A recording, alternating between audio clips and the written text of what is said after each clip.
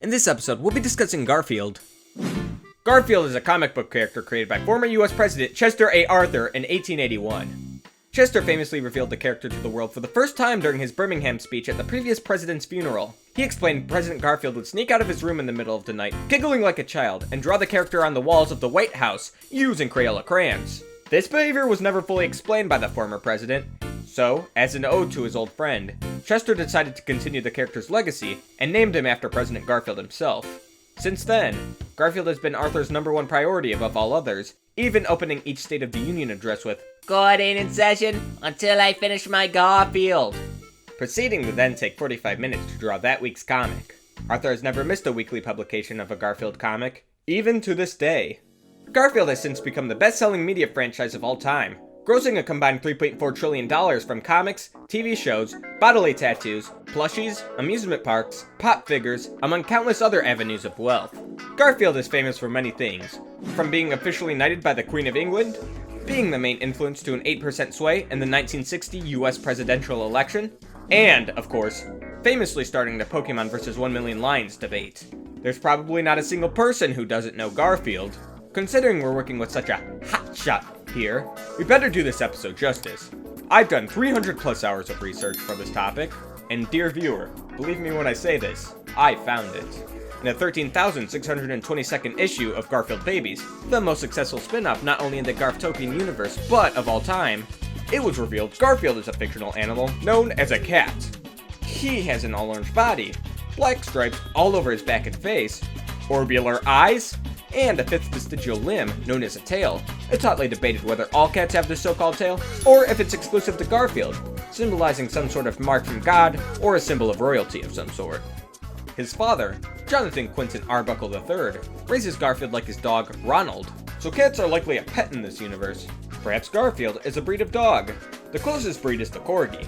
They're always reddish-brown or orange, and fat, and as everyone knows, all Corgis eat lasagna, and scream their lungs out on the second Monday of each month, in an event we all know as the Crimson Yell. So, they already possess 2 of Garfield's 7 holy characteristics, as described in the 12th issue of Garfield in Space. Also, I bet you didn't even realize Corgi is an anagram for Garfield. Perhaps a real-life Easter egg left by God himself. With such high-quality evidence, it almost seems impossible for Garfield not to be a Corgi. Right? I want to say that, but I lied. I'm so sorry. Take a listen to this.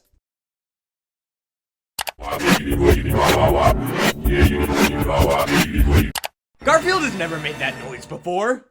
Reverse searching this audio as a WAV file on the online Garfield sound database leads to no results. Why would this noise not show up if Garfield was actually a Corgi? I know why. It's because the true connection's the other way around. Every masterpiece is a cheap imitation, and Garfield is no exception. I believe anti-Garfield movements have tried to defame the character over the ages.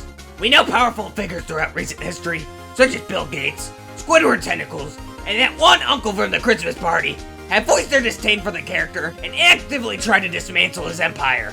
I mean, think about it! Isn't it kind of weird that Corgis just showed up in 2012, and we acted as if they've been there the whole time, just because Google tells us differently?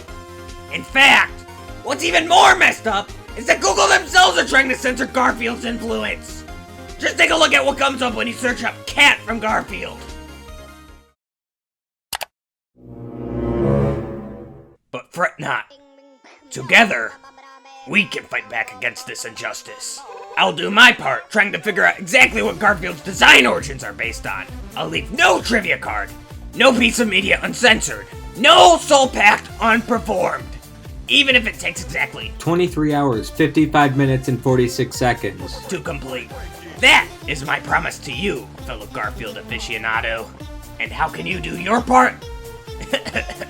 It's quite simple, honestly. All you have to do is like this video, hit subscribe, and ring the bell to know when I report my next findings on Garfield. His image is reliant on you, dear viewer. And most importantly, thanks for watching.